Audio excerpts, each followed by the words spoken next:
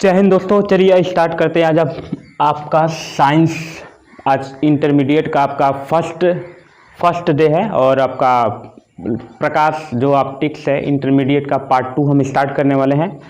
तो पार्ट 2 में सबसे पहले हम ये जानेंगे ऑप्टिक्स में जानेंगे सबसे पहले प्रकाश, लाइट क्या है। ठीक है, लाइट क्या है हम इसके बारे में जानेंगे। ठीक है, चलिए सबसे पहले हम जानते हैं कि जो प्रकाश होता है ये क्या होता है। जैसे प्रकाश, ये लाइट क्या है। एक तरफ से देखा जाए जो प्रकाश और लाइट है वो एक तरफ से एनर्जी है। क्या है? एक प्रकार की एनर्जी है, एक प्रकार की ऊर्जा है। ठीक है, वस्तु नहीं है। ठीक है, इन कह सकते हैं कि प्रकाश एक प्रकार की ऊर्जा है जो हमारी दृष्टि ज्ञान को जागृत करता है या हमारी आँखों को संवेदित करता है। आप जानते हैं कि जब प्रकाश ऊर्जा है, ऊर्जा का मात्रक होता है जूल। क्योंकि दुनिया में कोई भी ऊर्जा हो, चाहे स्थितिज ऊर्जा हो, चाहे गतिज ऊर्जा हो, चाहे कोई भी ऊर्जा हो, उसका मात्रक क्या होता है? जूल। इसके बाद हम जानेंगे कि प्रकाश का गुण, प्रॉपर्टीज ऑफ लाइट, इसके क्या गुण है। पहले तो हम जाने प्रकाश क्या है। तो प्रकाश एक प्रकार की ऊर्जा है, ठीक है ना, जो हमें दृष्टि ज्ञान को जागृत करता है या हमारी आंखों को संवेदित करता है, जिसकी सहायता से हमें वस्तुएं दिखाई देती हैं। हम प्रकाश को नहीं देख सकते हैं, हम प्रकाश की सहायता से वस्तु देख सकते हैं। ठीक है, हम प्रकाश की सहायता से क्या कर सकते हैं? वस्तु देख सकते हैं। अब चलिए, इससे पहले क्या है कि आप जानते हैं कि प्रकाश जब एक प्रकार की ऊर्जा है तो इसका मात्रक जूल होगा। इसका मात्रक क्या होगा? जूल होगा। इसके बाद हम पढ़ेंगे प्रॉपर्टीज ऑफ लाइट, प्रकाश के गुण क्या है। तो प्रकाश के गुण है, इसमें हम पहला पढ़ेंगे प्रकाश एक सरल रेखा में गति करता है। प्रकाश एक सरल रेखा में गति करता है, मतलब जो होता है प्रकाश एक सीधी रेखा में चलता है। तो ये कैसे आप प्रूव करेंगे कि प्रकाश एक सीधी रेखा में चलता है? कैसे आप इस बात को मानेंगे कि प्रकाश एक सीधी रेखा में चलता है? अगर प्रकाश सीधी रेखा में नहीं चलता तो क्या घटनाएं होती हैं? अब प्रकाश सीधी चलती है तो क्या होती हैं? तो चलिए इसके बारे में हम जानते हैं कि प्रकाश सीधी चलती है, ये कैसे प्रूव किया जा सकता है। देखिए, अगर प्रकाश सीधी नहीं चलती है तो सबसे पहली बात कि यहाँ पृथ्वी पर कभी दिन ही नहीं हो पाता, क्योंकि जो सूर्य से प्रकाश की किरणें अगर सीधी आती हैं, जैसे आप जानते हैं, यहाँ समझिएगा, जैसे जानते हैं ये सूर्य है, सन, ठीक है, ये सूर्य है। अगर मान लीजिए कि ये पृथ्वी है, ये क्या है? आपका पृथ्वी है। तो जानते हैं कि जब सूर्य से पृथ्वी पर प्रकाश आती है, अगर ये सीधी नहीं चलती तो यहाँ पृथ्वी पर कहाँ पहुँच पाती? सीधी नहीं चलती तो प्रकाश पृथ्वी पर पहुँच ही नहीं पाती। यानी अगर ये सन है, ठीक है, ये क्या है? सन है। और मान लीजिए पृथ्वी है, ये पृथ्वी है। अगर प्रकाश सीधा ना चलकर बल्कि वह वक्र रेखा में, एक टेढ़ी मेढ़ी रेखा कह सकते हैं, ठीक है ना, टेढ़ी मेढ़ी रेखा में अगर गति करता है, जैसे ऐसे गति करता है, ये ऐसे चला जाता है, ये ऐसे चला जाता है, ये ऐसे चला जाता है, यदि ये प्रकाश क्या होता है? पृथ्वी पर नहीं पहुंच पाता।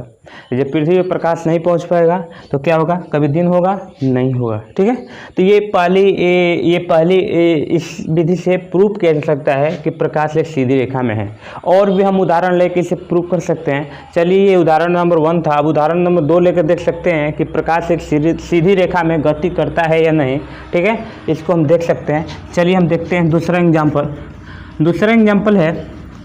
जैसे हम जानते हैं कि अगर प्रकाश सीधी रेखा में नहीं चलता तो जाहिर सी बात है कि हम छाते का यूज नहीं कर पाते, छाते का यूज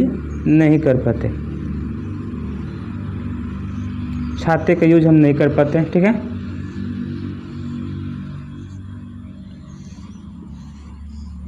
जैसे मान लीजिए अम्ब्रेला छाता है।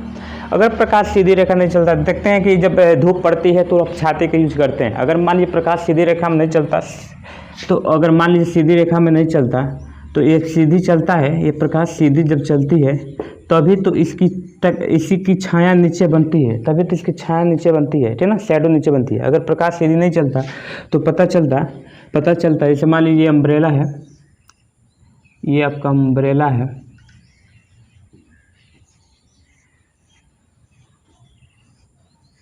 ठीक है।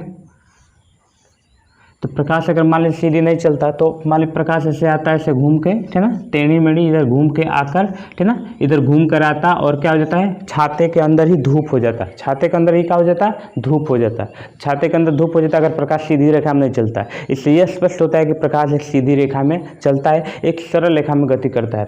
और भी उदाहरण है, जैसे मान लीजिए अगर मान लीजिए प्रकाश सीधा नहीं चलता, हम रूम के अंदर नहीं रह सकते क्योंकि रूम के अंदर भी धूप हो जाता है, क्योंकि प्रकाश घूम कर चला आता है, ठीक है ना। प्रकाश क्या कर लेता है, घूम कर चला आता है, घूम कर चला आएगा, ठीक है। अब घूम कर चला आता है, उसके बाद क्या हो जाता है, रूम में धूप हो जाता है, ठीक है।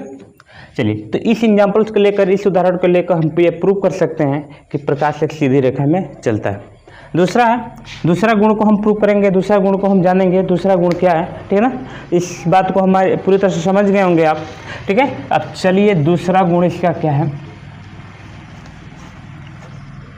चलिए दूसरा गुण है कि प्रकाश एक विद्युत चुंबकीय तरंग है, इलेक्ट्रोमैग्नेटिक वेव। प्रकाश एक क्या है, इलेक्ट्रोमैग्नेटिक वेव है, विद्युत चुंबकीय तरंग। विद्युत चुंबकीय तरंग का मतलब होता है ये ऐसा तरंग है जिसको चलने के लिए मीडियम यानी माध्यम नहीं चाहिए, ठीक है ना। ये किसी भी माध्यम में चल सकता है, बिना माध्यम का भी चल सकता है, ठीक है ना। यानी इसको चलने के लिए माध्यम नहीं होना चाहिए। अगर मान लीजिए कि प्रकाश एक विद्युत चुंबकीय तरंग न होकर यांत्रिक तरंग होता, प्रकाश एक विद्युत चुंबकीय तरंग न होकर यांत्रिक तरंग, क्योंकि जो यांत्रिक तरंगें होती हैं, इसको थोड़ा गौर से समझिएगा इस बातों को, ठीक है। जैसे आप जानते हैं कि जो अगर प्रकाश यांत्रिक तरंग होता, क्योंकि जो यांत्रिक तरंग होते हैं मैकेनिकल वेव, इसको चलने के लिए माध्यम चाहिए। जैसे ध्वनि आपका है, एक क्या है, यांत्रिक तरंग, इसको चलने के लिए माध्यम चाहिए। अगर एयर ना हो तो ध्वनि सुनाई नहीं देगी, आवाज़ सुनाई नहीं देगी। जैसे आप जाकर अगर हम चंद्रमा पे बात करें एक व्यक्ति से, ठीक है ना, एक दो व्यक्ति एक दूसरे से बात करें तो हम वहाँ बात नहीं कर पाएंगे, क्योंकि चंद्रमा पे क्या है, वायु नहीं है। चूँकि हमारी जो ध्वनि है वह एक यांत्रिक तरंग है जिसको चलने के लिए माध्यम चाहिए। अगर वहाँ माध्यम नहीं है, इसीलिए हम क्या कर पाएंगे, बात नहीं कर पाएंगे, ठीक है ना। अगर मान लीजिए आप यहाँ पर एक दूसरे से जब बातें करते हैं तो आप जानते हैं कि चारों तरफ पूरा वायु फैली होती है, यानी एक माध्यम रहता है। और जब आप बोलते हैं तो आपका जो ध्वनि है इसी वायु के माध्यम से क्या होता है, दूसरों के पास पहुँचता है, ठीक है ना। लेकिन प्रकाश ये यांत्रिक तरंग नहीं है। अगर यांत्रिक तरंग होता तो समझिए कि प्रकाश जो सूर्य से जो किरण आती है हमारे पृथ्वी पर, जिसका टाइम लगता है 8 मिनट 16.6 सेकंड का टाइम लगता है, ठीक है ना, 16.6 सेकंड का टाइम लगता है। तो जान लीजिए कि पृथ्वी पर प्रकाश कभी आ ही नहीं पाते अगर यांत्रिक तरंग होता है, क्योंकि जानते हैं कि यांत्रिक तरंगों को चलने के लिए माध्यम चाहिए। अब बीच में जानते हैं कि सूर्य, आप तो जानते हैं कि सन और पृथ्वी, इसके बीच में अंतरिक्ष भी पड़ता है, ठीक है ना। अंतरिक्ष जहाँ निर्वात है, जहाँ क्या है, निर्वात है, वायु ही नहीं है। जब वायु ही नहीं है तो अगर प्रकाश का यांत्रिक तरंग होता तो ये आ ही नहीं पाता, तब उधर ये रह जाता, ठीक है ना। प्रकाश यहाँ पर पहुँच ही नहीं पाता पृथ्वी पर।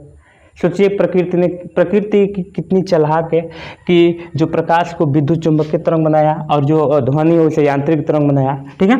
तो ये इसीलिए विद्युत चुंबकीय तरंग है जिसको चलने के लिए माध्यम नहीं चाहिए, ठीक है। और देखिए ध्वनि है, अगर मान लीजिए ध्वनि जो है साउंड है आपका है साउंड, ठीक है। अगर मान लीजिए जो साउंड है, अगर इसको विद्युत चुंबकीय तरंग बना दिया गया होता, प्रकृति बना दी होती, और यांत्रिक तरंग को जो प्रकाश इसको यांत्रिक तरंग बना दिया गया होता, और जैसे आप जो ध्वनि इसे विद्युत चुंबकीय तरंग बना दिया होता, तो पता चलता कि जब ध्वनि विद्युत चुंबकीय तरंग हो जाती है तो पता चलता कि कोई रुख से कोई एक हथौड़ा मारता तो वहाँ से साउंड चली जाती है। यानी थोड़ी भी कोई कहीं से साउंड उत्पन्न होती तो थाक में चली जाती, क्योंकि विद्युत चुंबकीय तरंग रहती तो कहीं से भी चली जाती है। कहीं से भी आवाज़ आता, सूर्य की भी आवाज़ें यहाँ पर चली जाती, बुध ग्रह की भी आवाज़ें हमारे पास आती, इतनी आवाज़ें आती कि इंसान डिप्रेशन से मर सकता था, ठीक है। लेकिन देखिए ना, प्रकृति ने क्या किया, ध्वनि को विद्युत चुंबकीय तरंग बनाया, ठीक है ना। ध्वनि को क्या बनाया, विद्युत चुंबकीय तरंग बना दिया, और ध्वनि को यांत्रिक तरंग बना दिया और प्रकाश को विद्युत चुंबकीय तरंग बना दिया, क्योंकि प्रकाश एक विद्युत चुंबकीय तरंग है जिसको चलने के लिए माध्यम नहीं चाहिए, ठीक है। अब चलिए इसके बाद हम समझते हैं ये आप दूसरा जो गुण है इसको पूरी तरह से समझ गए होंगे। चलिए हम तीसरा गुण को समझेंगे कि प्रकाश की जो चाल होती है, स्पीड होती है, वो 3 × 10⁸ मीटर पर सेकंड, या कह सकते हैं 3 × 10⁵ किलोमीटर पर सेकंड। यानी कह सकते हैं कि 3 × 10⁸ मीटर पर सेकंड का मतलब ये होता है कि ये 1 सेकेंड में 30 करोड़ मीटर चलती है। ये 1 सेकेंड में 30 करोड़ मीटर चलती है। सोचिए प्रकाश की स्पीड कितनी तेज़ है, 30 करोड़ मीटर। ठीक है। यह कह सकते हैं कि 1 सेकेंड में 3 लाख किलोमीटर चलती है। सोचिए कि हमारे पृथ्वी से जो चंद्रमा की दूरी है 3,84,400 किलोमीटर है। सोचिए कि 1 सेकेंड में चंद्रमा पहुंच जाएगी। इसकी स्पीड इतना तेज है, जब 1 सेकेंड होगा तुरंत चंद्रमा पहुंच जाएगी, जब 1 सेकेंड होगा ये क्या हो जाएगी, चंद्रमा पहुंच जाएगी। तो सोचिए कि इसकी स्पीड कितनी तेज है, ठीक है। कि इस स्पीड से अगर मान लो पूरे दुनिया का भ्रमण किया जाए तो 1.6 सेकेंड में ही क्या हो जाएगी, पूरी दुनिया को भ्रमण कर लेगी, ठीक है। इसकी स्पीड इतना तेज होती है। अगर प्रकाश की जो स्पीड है इसकी गणना सबसे पहले, प्रकाश की वेग की गणना सबसे पहले रोमर नाम के वैज्ञानिक ने किया था। प्रकाश की वेग की जो गणना है तो इसकी सबसे पहले रोमर नामक वैज्ञानिक ने किया था, ठीक है। चलिए, चौथा 5वां गुण है कि प्रकाश का जो तरंग दैर्ध्य होता है, तरंग दैर्ध्य का मतलब होता है, दैर्ध्य यहाँ पे है दूरी, या दूरी, दैर्ध्य का मतलब दूरी होता है। तो प्रकाश तरंग दैर्ध्य किसे कहते हैं पहले समझिए कि जब एक श्रृंग और एक गर्त के बीच की जो लंबाई है उसी को हम बोलते हैं एक तरंग दैर्ध्य, जिसको लैम्डा से दिखाते हैं। इसे क्या करते हैं, लैम्डा से दिखाते हैं। तो यह हो गया आपका 5 गुण। चलिए, इसके बाद हम अगले गुण की हम बात करते हैं। यह पूरी तरह से आप समझ गए होंगे। अब सोचिए एक और चीज़ मैं आपको बता दूं कि जो प्रकाश की जो स्पीड है ना, प्रकाश की स्पीड है, इस स्पीड से एक चीज़ और मैं बता दूं, अगर प्रकाश की स्पीड इतनी तेज है तो सोचिए कि सूर्य से पृथ्वी तक प्रकाश को आने में 8 मिनट है ना, 1.16 सेकेंड लगता है, ठीक है ना। यानी कर सकते हैं कि 8 मिनट अप्रॉक्सीमेटली 20 सेकंड का टाइम लगता है पृथ्वी पर आने में। सोचिए स्पीड इतना तेज हो। अगर स्पीड कम रहता है तो पता चलता है कि सूर्य बहुत पहले से ही उग चुका है, लेकिन उसका प्रकाश अभी तक पृथ्वी को हमारे यहाँ पहुँचे नहीं, ठीक है ना, अगर स्पीड कम होता था। सोचिए इतना स्पीड। और ये भी माना जाता है कि प्रकाश की स्पीड से, अगर लाइट की स्पीड से कोई व्यक्ति गति करे या लाइट की स्पीड से कोई व्यक्ति गति करे तो टाइम ट्रेवल कर लेगा, ठीक है ना। ये टाइम ट्रेवल कर लेगा, समय यात्रा कर लेगा, ठीक है ना। ये थियोरेटिकल प्रूफ है, लेकिन मैकेनिकल अभी प्रूफ नहीं है, ठीक है ना। तो ये चीज़ है। और देखिए इस स्पीड से एक चीज़ और आपको थोड़ा सा मैं बता दूं, यहाँ से थोड़ा सा एक और फैक्ट मैं आपको बता दूं। आप जानते हैं कि जो प्रकाश वायु में अगर देखा जाए, वायु में जो प्रकाश की चाल होती है, यही वायु में या निर्वात में प्रकाश की चाल होती है 3 × 10⁸ मीटर पर सेकेंड। यानी कह सकते हैं कि ये 30 करोड़ मीटर पर सेकेंड, यानी 1 सेकेंड में 30 करोड़ मीटर चलती है।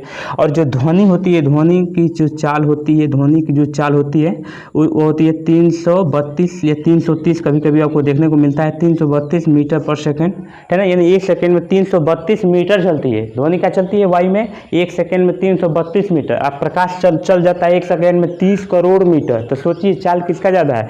चाल प्रकाश की ज़्यादा है। इसीलिए जब बिजली चमकती है जो जाहिर सी बात है, जिसकी चाल ज़्यादा होगी वो पहले आएगा। तो बिजली जब चमकेगी तो उसकी जो प्रकाश है वो पहले आता है। अब बाद में उसकी ध्वनि आती है। बाद में क्या आती है? ध्वनि आती है, क्योंकि ध्वनि की स्पीड है आपका क्या, 332 मीटर पर सेकेंड। यानी 1 सेकेंड में 332 मीटर चलता है। और जो अब जो प्रकाश है ये 1 सेकेंड में 30 करोड़ मीटर चल देता है। सोचिए 40 की बहुत तेज है, ठीक है ना। तो ये अपने गुण पढ़ा, ठीक है। और इस वीडियो के एंड तक बने रहिएगा। जब तक पूरे वीडियो के नहीं देखेंगे तब तक आपको कुछ समझ आने वाली नहीं है। और हम स्टार्ट कर दिए हैं क्लासेस, और मित्रों को भी ये वीडियो शेयर कर दिए ताकि आपके मित्र भी इस वीडियो को देख सके, ठीक है ना। और कंटिन्यू वीडियो आपको मिलता रहेगा। चलिए इसके बाद पहले इसके स्क्रीनशॉट ले लीजिए, उसके बाद हम चलते हैं अगला गुण पे, ठीक है।